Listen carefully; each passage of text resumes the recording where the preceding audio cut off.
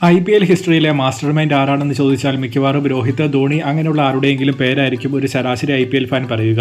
എന്നാൽ in reality ഈ ഉത്തരം ഷെയ്ൻ വോൺ എന്നായിരിക്കണം. ആദ്യ സീസണിൽ അവരെ കപ്പെടുപ്പിച്ചതിനെ പറ്റിയല്ല പറയുന്നത്. 2008 1.5 കോടിക്കായിരുന്നു വോൺ രാജസ്ഥാനിലെത്തിയത്.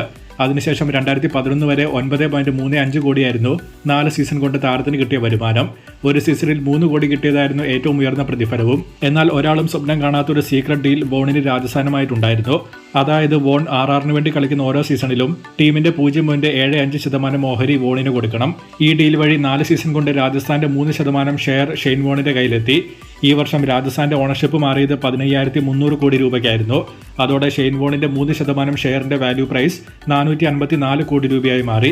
അതായത് വെറും 4 സീസൺ IPL കളിച്ച വോണിന്റെ ടോട്ടൽ IPL റവന്യൂ 464.12 കോടി. ഓരോ സീസണിലും ആവറേജ് 21 കോടി വീതം കിട്ടി. IPLലെ ഹയസ്റ്റ് പെയ്ഡ് പ്ലെയറായ കോഹ്ലി ഇതുവരെ നേടിയത് 230 കോടിയും. അതായത് കോഹ്ലിയേക്കാളും ഡബിൾ ഇൻകം. IPL ഏത് ലെവലിലേക്ക് എത്തിയേക്കാമെന്ന് 2008 ഗസ് ചെയ്ത ഒരേ ഒരു മാസ്റ്റർ മൈൻഡ് ആയിരുന്നു ഷെയ്ൻ വോൺ.